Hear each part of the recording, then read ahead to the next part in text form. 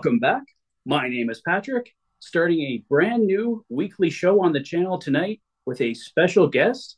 I'm going to hand it over to him to introduce the show and himself to the Oilers Fanatic. Hi, everyone. I'm Toph. You might know me from the shout out a little while ago for making the new logo for the channel. We got to talking and we decided to put together a podcast. So, welcome to the first episode of Rig 7-2. And we're going to be talking a little Oilers. We've got some segments to put together. And yeah, let's get going. Absolutely. Well, welcome to the show, Toph. So it's a pleasure to have you here on the channel and looking forward to kicking off this podcast, and hopefully you guys like it. And yeah, we'll be talking lots of Oilers, some fun facts. So we're going to start this episode with a segment called Oilers This Week. In each episode, we're going to be going over basically what's been happening with the Edmonton Oilers over the course of the past week or weeks since our last episode. So the big news I wanted to go over this week was the Oilers PTOs. We got some great news on Evander Kane today. And of course, the Oilers Young Stars tournament starting this weekend. The Oilers rookies taking on the Winnipeg Jets tonight. But let's kick it off with the PTOs. So if you haven't heard, Jake Virtanen nearly became an Edmonton Oiler this week via PTO. But it sounds like Virtanen is leaning more towards now going to the Calgary Flames. He still hasn't officially signed anywhere yet. On my videos this week, I took a look at possibly Jake Virtanen coming in as a replacement for Jesse Puljujarvi.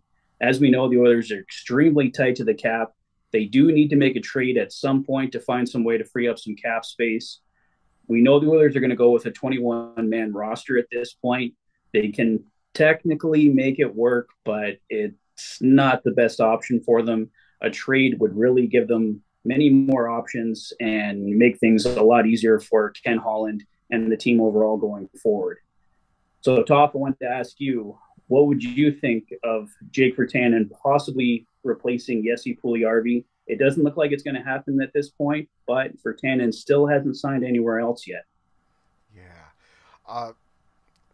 So I think that's a slight downgrade, except for the flexibility that it gives the team, right? Yeah. I'm actually a Puljujarvi fan, and I think he's like a lot of what's standing in his way of really being successful is just the narrative around him. I think he gets inside his own head, and I mean that's pretty much what we've seen is because the narrative is what it is, that narrative becomes self-fulfilling, and it'd be great if the Oilers had a little bit more flexibility there.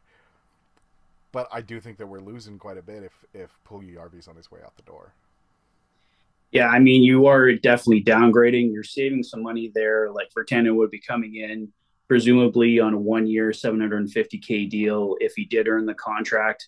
Like I said, this is all probably a moot point. It doesn't sound like he is coming. But if we come into a situation with another PTO, we know the Oilers were looking at possibly bringing in Brett Ritchie. He played with the Calgary Flames last year. He's more of a tough guy. He would be third or fourth line. But it sounds like, according to Bob Stauffer of Oilers now, that he has an $800K 1-year offer out there. So it's unlikely that he would accept a PTO from the Oilers or any other team. So at this point, I'd say Brett Ritchie is probably off the table for the Oilers. Another player we've talked about this week is defenseman Jason Demares. As I mentioned in an earlier video this week, he came with Milan Lucic when Lucic was checking out Rogers Place way back when the Oilers signed him. The good old days. So Jason Demares was nearly an Oiler back then. It looks like he is set to become one as of this recording. He still hasn't officially signed a PTO. I don't know if the Oilers are maybe waiting to get the Young Stars tournament over with this weekend, and then just before training camp starts next week, they'll officially announce their PTOs. Or if possibly Jason Demares isn't coming. But as I mentioned earlier, local sources like Daniel Nugent-Bowman of The Athletic, and I believe Mark Spector of Sportsnet, Bob Stauffer has mentioned it as well on Oilers Now. It looks like Jason Demares would be coming in. I don't know if he would actually earn a contract with the Oilers. During training camp, you want as many veterans in the lineup as you can to kind of help bolster your team, get the experience. I believe you have to ice at least 8 veterans every night during preseason. So the Oilers may just be using Jason Demares in that regard, and they don't have to play other veterans.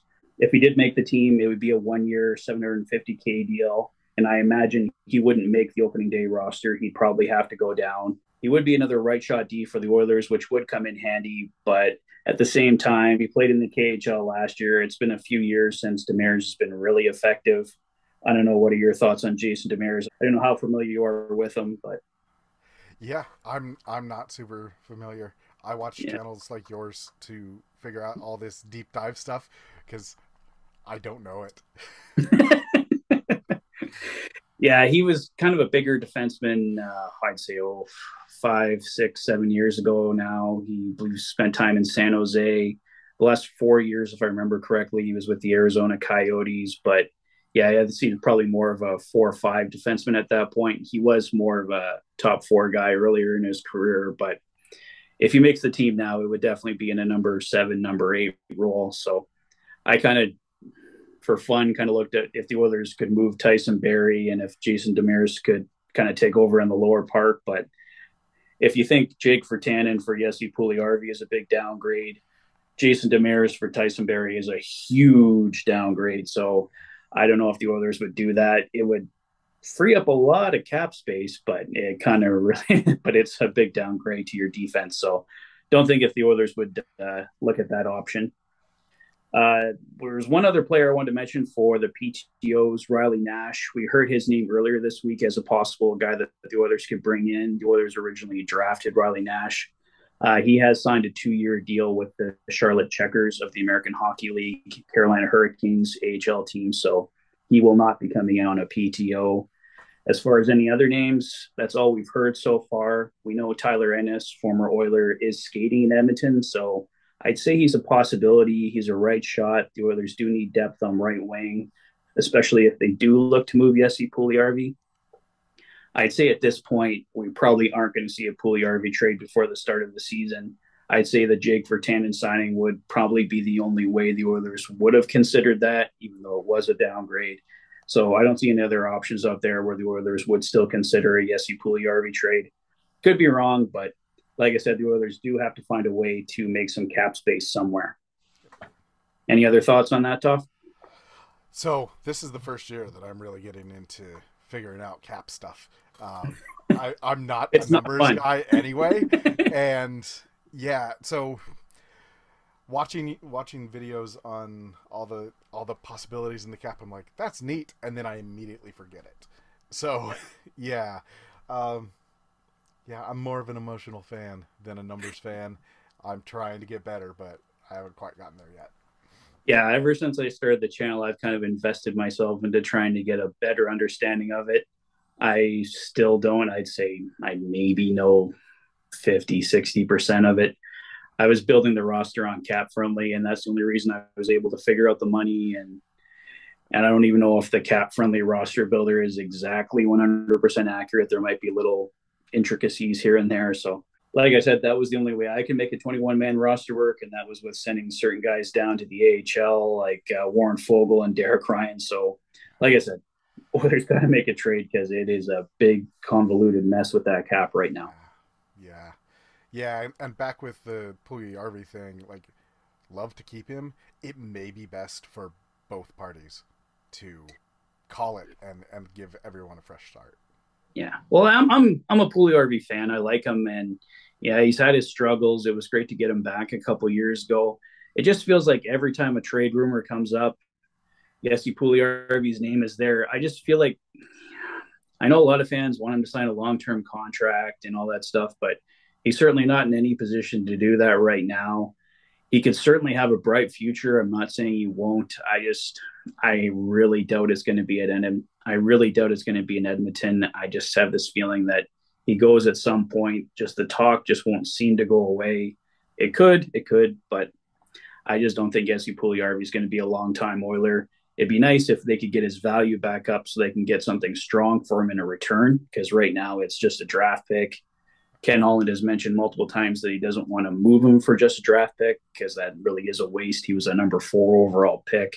And he hasn't been playing like that lately. He had a strong start to last year, but COVID and injuries took him out of the second half of last year, poor playoffs. So hopefully if he's an Oiler all year, he can have a strong bounce back year. And if they do move him, they can get some good value for him. And if not, maybe he stays and he can get that long-term contract. So hope the best for Yessi Pugliarvi either way. He's a great kid, and yeah, like I said, hope the best for him.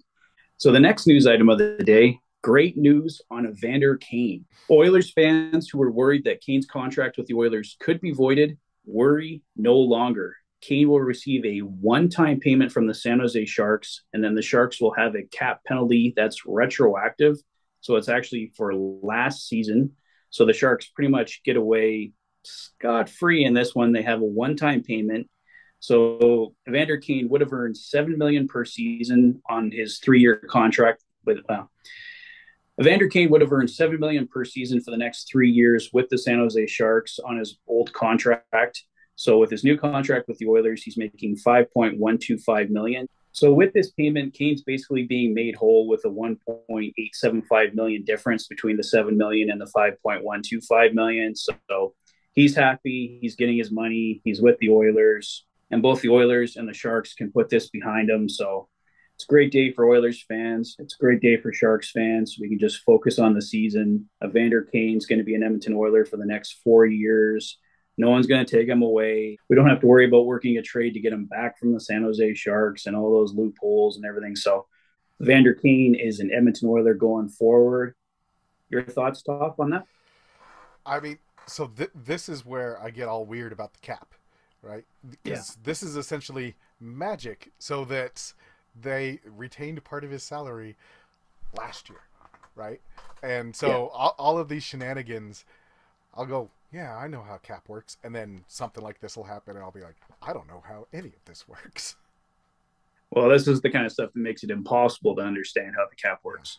Because, like, the Oilers, when Duncan Keith retired, according to how it's written, the Oilers should have got a $3 million or an extra $3 million because of the penalty to the Chicago Blackhawks for Duncan Keith retiring. The Oilers should have had an extra $3 million, but apparently the Oilers agreed to not getting that before the Duncan Keith trade happened. And we never really got a solid argument as to why that is the case, that the Oilers just simply don't get something. Like back with the James Neal trade, if he scored 20 goals or something, the Flames were supposed to get a third round pick. And of course, COVID shut the year down. But in that instance, the league prorated James Neal's goal total that year and saying he would have got to 20 goals if the league hadn't shut down. So that was a joke. We won't get into that whole mess. So the other big news item of the day is, of course, the Young Stars tournament starting tonight in Penticton, BC. The Oilers rookies taking on the Winnipeg Jets rookies tonight, and they'll also take on the Calgary Flames rookies and Vancouver Canucks rookies this weekend. The big rookies for the Oilers in this tournament, Philip Roberg, Dylan Holloway, Xavier Bourgault, and the new addition this year, Reed Schaefer. So the players I'm most interested in seeing this weekend are Dylan Holloway and Philip Roberg, just because those guys are going to have the most immediate impact on the roster. Philip Roberg, we expect on the roster. Ken Holland has stated that Broberg would pretty much have to play his way off the roster in training camp, which I highly doubt happens. Dylan Holloway, especially with the 21-man roster and how tight the Oilers are to the cap, Dylan Holloway will have a hard time making the Oilers' main roster. He is expected to be on the opening day roster, just because if the Oilers try to call him up later in the year, his performance bonuses will count against his cap hit. Right now, his cap hit is 925,000. If they added on the performance bonuses, I believe it's 1.4 million. So obviously, with how tight the Oilers are to the cap, having Dylan Holloway on the opening day roster is pretty much crucial. The Oilers could simply send him down the next day and recall somebody else, but Dylan Holloway, I'd say pretty much a lock to be on the opening day roster. If he's on the roster after that, he's definitely going to have to earn it in training camp and basically steal somebody else's spot. So, what are your thoughts, Toph, on Dylan Holloway and Philip Broberg and the potential impact they could have on the roster this year? so for me, Broberg is important simply because Broberg was on my end when I got serious. My first real draft pick after starting following the Oilers for real, and so ever since then, I've been following the Broberg saga and people wondering why he wasn't already on the team last year and the year before and the year before, and so the fact that it seems like he's finally like solidly part of the team, that's great. And of course we're all a little excited at least about Dylan Holloway, but yeah, the shenanigans that mean that we're going to see Dylan Holloway and then we're not feels a little weird, but yeah, yeah, Well, it's the understanding that whole salary cap thing again. yep, yep, Yeah. Well, it's been nice because like for years in this city, we've rushed. Well, I'm saying the Oilers have rushed draft picks too fast. So it's been nice that Philip Roberg, he's gotten time to develop. He doesn't have to come in and perform right away. Same thing with Dylan Holloway. He's not being forced. Like if he's not ready, they'll send him back down to Bakersfield. They're not in a position where they have to play Dylan Holloway. Philip Roberg is, as I said earlier, Philip Roberg should be on the roster, but it's time for Roberg to take that step, right? You want to see what he can do in the NHL now. He's had his time. You want to see what Roberg can do. So now's the time, and the Oilers can put him in a sheltered role. They can play him in the third pairing. He's versatile. He can play on the left or the right side. So, yeah, I'm excited to see Philip Roberg. I'm hopeful that Dylan Holloway can make the team, but if he's not ready, I'm more than happy to see him go back down to Bakersfield and just continue working on his development. yeah, yeah. And of course, with Burgo, as far as I can tell from everything that I've heard, Burgo needs some more time in the oven. Yeah. Yeah, Xavier Bourgault, I'm really excited to see him too. He's probably the Oilers' future on right wing. We have Kyler Yamamoto. We got Jesse Puljujärvi right now, but Xavier Bourgault could jump past both of those guys really fast. I imagine he'll spend this whole year in Bakersfield. At the earliest, he'll be trying to make that jump next season, but the Oilers might keep him up for like a 9-game stint because they can do that without burning a year of his contract. So we could see him get some NHL games this year. Just basically also working in his favor, he's a $925,000 cap hit. So if the Oilers are really tight to the cap, and you need some flexibility for a few days, why not give Bourgault a few games? And I don't think he's going to hurt you. The Oilers could also play him in a sheltered role, or they could give him a chance in the top six, play with Connor or Leon, and see how it goes, right? So, yeah, Xavier Bourgault, another big name I'm looking forward to seeing. The other player I'm excited to see is goaltender Ryan Fanty. He'll be playing with the Bakersfield Condors this year, be splitting time with Olivier Roberg and Calvin Pickard, the Oilers vet signed to be the Oilers' third goaltender. Fanty, I think, is going to get a lot of time here in the Young Stars tournament. Really excited to see what he can be. He was signed as a college free agent last spring by the Oilers.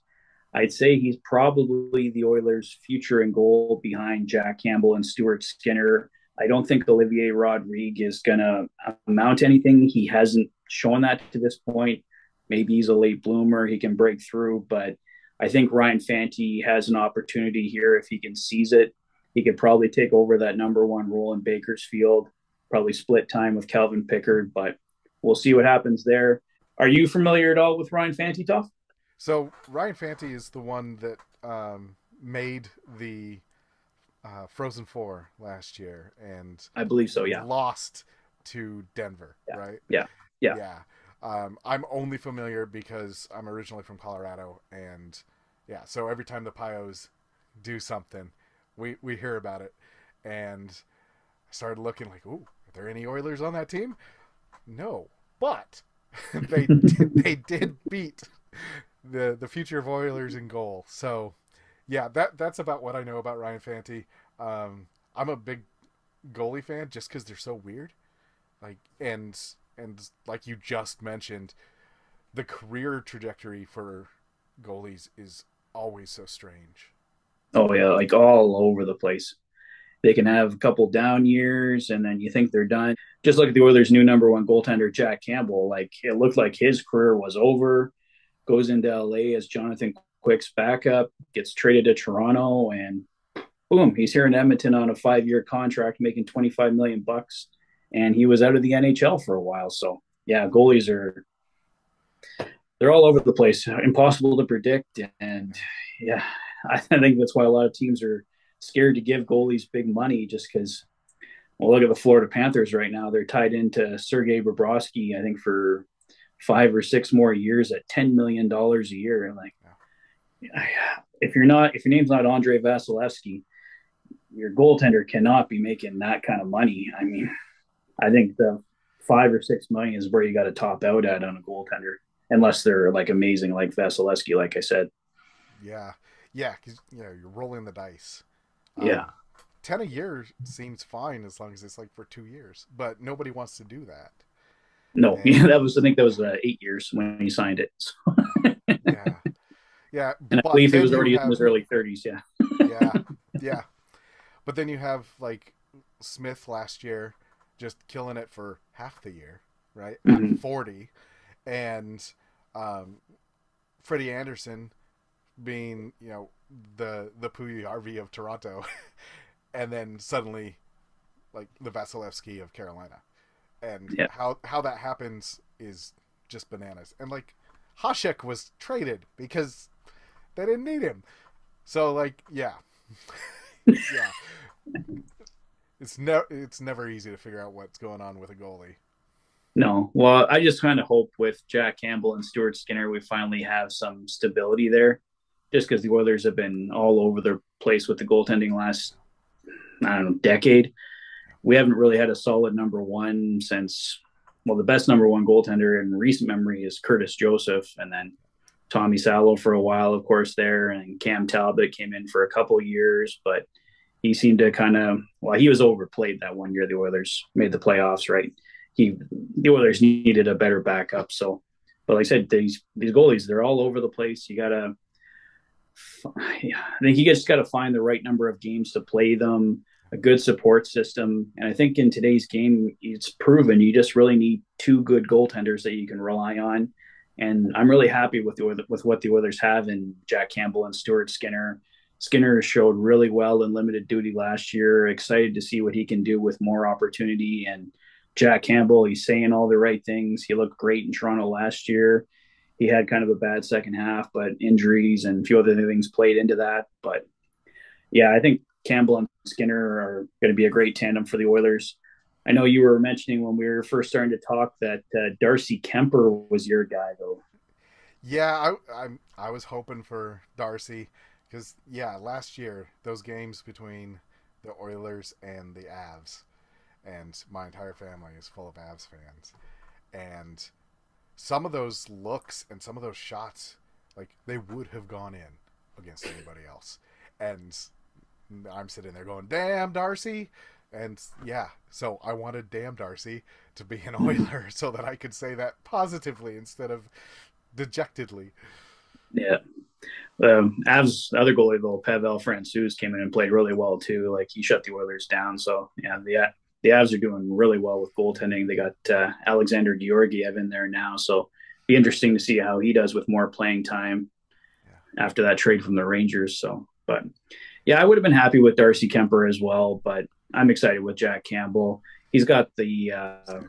relationships with Zach Hyman and Tyson Berry and Cody Ceci. So, and all you hear about Jack Campbell, he's like the nicest guy in the NHL. And I thought we already had that in Zach Hyman, but if he's an even nicer guy than Zach Hyman, I think everyone's just going to probably fall in love with him. And I think they already are. So, yeah, Yeah. really excited to have Jack Campbell and Stuart Skinner, soup and stew, as the Oilers Soup and tandem. stew. Yeah. Yeah. No, it'll be a good year. And I'm going to throw it over to Toph for our next segment. Yeah, so I'm a big fan of history and stories of the game, and that's actually part of how I got into the Oilers, which we're going to talk about next. But first, we've got a fun facts and history section. And my fun fact for this week is that this is actually the 50th anniversary of the beginning of the WHA. So October 11th, so the first day of the NHL season this year, will be exactly 50 years from first puck drop for a WHA game. Oilers started in the WHA. Oilers are the only remaining WHA team in their original city. The other ones that came into the league were, of course, the Winnipeg Jets, the Hartford Whalers, and the Quebec Nordiques. And all of those are elsewhere now. We've got the Jets sort of back, but uh, part of my attraction to the Oilers was that WHA story, and I've got two books on the way: Blue Pucks or Big Bucks and Blue Pucks, and the Rogue League, just so that I can really do the deep dive on that history. And more, I'm realizing that the 60s and 70s were like the Wild West of professional sports. Just yeah, upstart leagues all over the place. And a bunch of them, including the WHA and the AFL, the entire reason for their existence was they got snubbed by the big league and decided that no, we'll muscle our way in anyway. And we wouldn't have the European players that we do if not for the WHA. We wouldn't have the two-line pass if not for the WHA. Um, it really changed the game, and of course, it was great for the players. I'm a big union guy and a big like choose your own destiny guy, and without the WHA, we might be sitting at like 10 teams in the NHL that have rights to players in perpetuity. Yeah, that would not help much with parity in today's game. No, no. Yeah, it would very much be a big Yeah, have and have nots system. yeah, And of course, Edmonton would be on the outside looking in. yeah, yeah, for sure. And of course, that's where we get the name of our podcast from 72. Yeah, Rig Yeah, 72, 72. because, Yeah. yeah, 1972, start of the Oilers, start of the WHA, and off and running, and coincidentally, 50 years ago. So, third segment, as I just teased a little bit, this is all about fan questions and comments. We're trying to get you to talk to us, and we're trying to talk to you. For this opening version of this, we're going to talk about how we became Oilers fans. Because most people's story is something like, yeah, I was born into it, and that's it. That's my story. Um, but if you're a late onset Oilers fan, like I am, then your story's probably a little bit more complicated because I chose the Oilers. I live in Kentucky.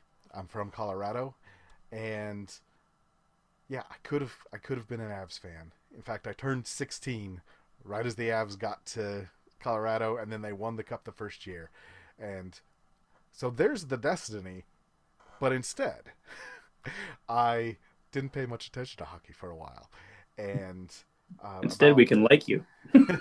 and I get just that little bit of extra, like an extra year of misery because of course the Oilers are going to win this year, but I get the Yeah. extra year of misery, not being an Avs fan. Um, Your life would yeah, have been much easier, though. but then I'd have to put up with Avs fans. Yeah, I know. You know what? It's when you get the reward at the end, it's worth all the pain and suffering. Yes, yes, and of course I came in about 5 years ago, so right at the end of the decade of darkness, which I Yeah. now know what that is. Um, and I've done research. I've done my homework. I've gotten really into it. I missed 3 games last year, and that was because I'm Eastern time, and so some of those start at like 11 o'clock for me, and I That's take them still no 8 a.m. excuse. the next day. Yeah, so Yeah. there were a few where I fell asleep in the third period, but as I said in the last segment, part of what drew me to the Oilers is that WHA history, and the fact that they're the last team standing from that expansion slash merger, and also this design is just beautiful to me. It's that exact nice, um, bordering on iconic, but still very of a specific era. And I think the same thing about, for example, the Kachina with the Coyotes, which is iconic but also very 90s, or the Red Wings flying wheel that is iconic but also very 1930s. Right, Mhm. so I like that combination, where immediately you're like, oh yeah, that came from the 70s, but it's stuck around. It hasn't been significantly changed. We're not Buffalo where we completely change the whole getup every few years. And yeah, so it's become iconic. It's become respected. The I'm wearing an orange Joey Moss jersey here. Um, my first orange jersey. I came in with the blue. Got my Reebok super cheap as they switched, and yeah, and I was off and running. Oilers fan, um, deep into it now. My brother's now a Blue Jackets fan. Shout out to my brother for naming the podcast. He worked in the oil fields. I'm like, what's an oil field thing? He's like, well, we all just call each other Rig and then a number. I'm like, oh, Rig 72. Yep. And there we're off and running. Yeah, no, I love it. It's a great title. So how Well, did you become a fan? yeah. Well, I just wanted to ask first, how happy is he getting Johnny Gaudreau with the Blue Jackets? He is Is he excited? just deliriously happy Yeah, because, I mean, being a Blue Jackets fan is hard. It yeah, just really is. And they're kind of my local team, which he still lives in Colorado, but I live in Kentucky.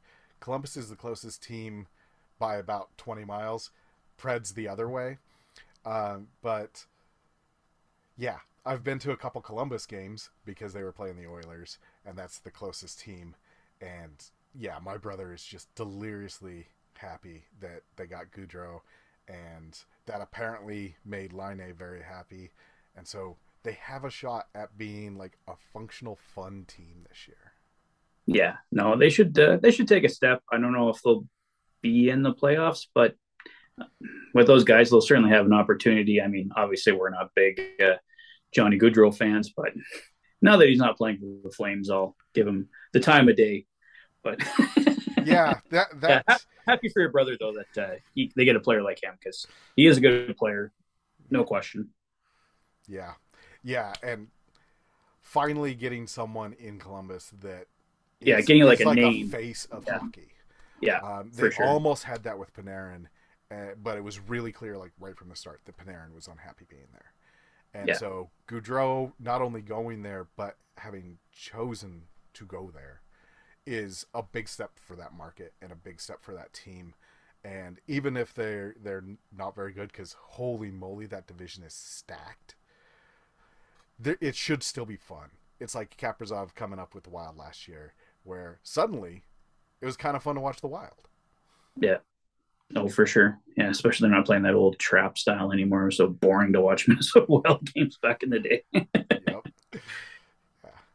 So yeah, okay. Well, yeah, happy for your brother. Hope the Columbus Blue Jackets can take a step. Oilers only play them a couple times a year, so we'll see how it goes when Johnny Gaudreau takes on the Oilers again with a new jersey on. So how I became an Oilers fan, I kind of got my start back in 1992. I was born in London, Ontario, and I moved to Edmonton when I was 6 in 1991. And obviously, I wasn't doing too much hockey wise at that point. But one night, my stepdad took me to a game.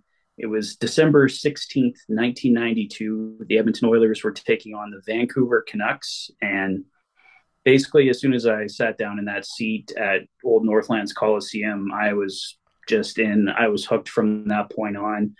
I remember the Oilers won 4-2 that night over the Canucks. A player named Brent Gilchrist was on the cover of the program, and Dave Manson, instant fan of him. Great defenseman for the Oilers. Now he's back as Jay Woodcroft's assistant coach. So coming full circle there. Would have loved to get Dave's son, Josh Manson, on the Oilers as well, but resigns in Colorado, of course. Can't blame him for that. And yeah, it's kind of where my love affair started with Bill Ranford as well. Like, if you're an Oilers fan, how could you not love Bill Ranford? Just an amazing goalie for the Oilers back in the day. Won the 1990 Stanley Cup as basically on Ranford's back, carried them through. He was an amazing goaltender. So, yeah, 1992, that was the start of when the Oilers started to get bad as well. So, kind of the beginning of the end. So yeah, when I was saying been through a lot of pain and suffering as an Oilers fan, I kind of came in right when things right at the end of the glory years. Had some fun there when the Oilers started making the playoffs, getting into the first round, beat Dallas the one year, beat Colorado the one year, but wasn't really till 2006 that I got a real good taste of Oilers playoffs. And then, of course, in 2017, and then last year was just the most fun I've ever had as an Oilers fan. Was last year. It was an amazing year. Had the channel going, so it was a great year to start the channel as well. And so, basically, yeah, that's how I got my start as an Oilers fan, and here I am today. Channel called the Oilers Fanatic, and starting a new podcast show with you. So, Yeah. We both accidentally, yeah, in passing, told everyone how old we are by by slapping dates on those things. But yeah, that's 1992. So Jurassic Park comes out the next year. Like that's a good time to be 6, 7 years old. Right? yeah. Yeah. No, it was a good time. '90s were a good time to be growing up. I enjoyed it. Like I know everyone's gonna say, well, there's always people who love the '60s and the '70s and all that stuff, but yeah, we did. It was a good time to grow up, I think. And yeah, and like I said, it was a tough time as an Oilers fan, but you can be a fan then, you can be a fan at any time, right? So yeah, I was hooked for life. And people used to bug me, oh, why don't you just pick for a winning team? And it's like, nope. When this team starts winning, all this pain and suffering is going to be worth it because we get to enjoy this amazing thing at the end. And I'm a loyal person, so if I pick the Oilers as my team, they're my team, thick and thin, win or lose. So yeah, Yep. Oilers That's fanatic. that's how I'm here. Is I Yeah. decided So I wanted to watch hockey, and I can't watch a sport unless I've got a team. And yep, Oilers were that team, and then I had 2 years of going, oh no, like what have I immediately done? after I chose it. Yep. But then last year, as you said, was a whole lot of fun, Yeah. and hopefully this year is at least that level of fun, if not better. Yeah, for sure. So was that the Flying V that the Canucks were wearing that night? Oh, I don't Or was remember that that specific, but yeah, most of it's foggy for the most part. But like I do remember, I yeah. remember, yeah, I remember they won 4-2. I remember Brent Gilchrist being on the cover. I remember being really entranced with Dave Manson and Bill Ranford, and yeah, and I believe I was in the lower bowl in the corner. But yeah, like I said, that's 1992, so it's pretty foggy otherwise right now. But That would have been basically, like remember skate detailed era. wise. Yeah, Yeah, yeah, so I'm big yeah. into The uniforms and yeah, logos, and so that would have been flying skate era for the yeah. Canucks. Yeah. So, Awesome. So yeah. we're interested to hear your stories of how you became a fan. Did you turn 40 and decide to get into hockey, or did you turn 5 and decide to get into hockey? Let us know in the comments. Yeah. Let us know on Twitter. Both of our Yeah. Twitter handles are up there, and of course the YouTube comments.